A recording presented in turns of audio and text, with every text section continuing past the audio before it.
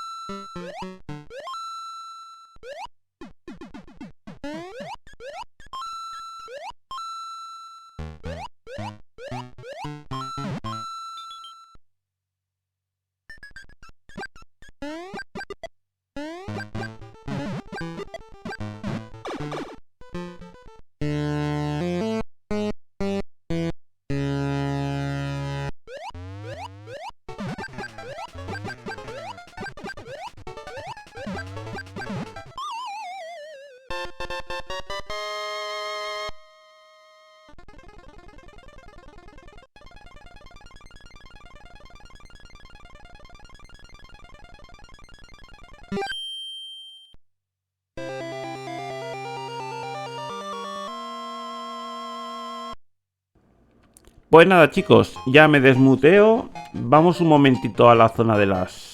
aquí en la cueva esta. Porque aquí podemos conseguir vidas, podemos conseguir cosillas, ¿vale? Y como tenemos 999 monedas, vamos a gastarla en cosillas. A ver qué nos dan.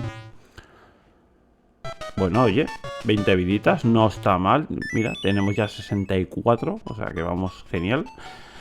Y nada, gente, bueno, de momento vamos 3 de 3. O sea, no... vamos súper bien. Y nada, voy a dejarlo aquí el Mario para que empecemos el próximo capítulo desde aquí, si os parece. Y nada, gente, espero que os haya gustado el capítulo de hoy. La verdad que el juego está súper guapo, os lo recomiendo al 100%. Sobre todo para aquella gente que sea fan del Mario, como yo. Y nada, gente, ya sabéis, si queréis estar en el grupo con nosotros, ya sabéis, tenéis en el enlace el canal de Discord para meteros. Y allí siempre estamos hablando, comentando y demás. Y bueno, estamos ahí para lo que necesitéis. Y nada, como siempre, daros a todos las gracias por vuestro cariño, por vuestro apoyo. De verdad, se agradece muchísimo. No sabéis cuánto os agradezco, de verdad, de todo corazón, el cariño y el apoyo que me ofrecéis a diario. Y nada, para finalizar el gameplay, ya sabéis, desde aquí os mando un abrazo enorme, un beso igual de grande, chicos, y nos vemos a la próxima. ¡Cuídalos!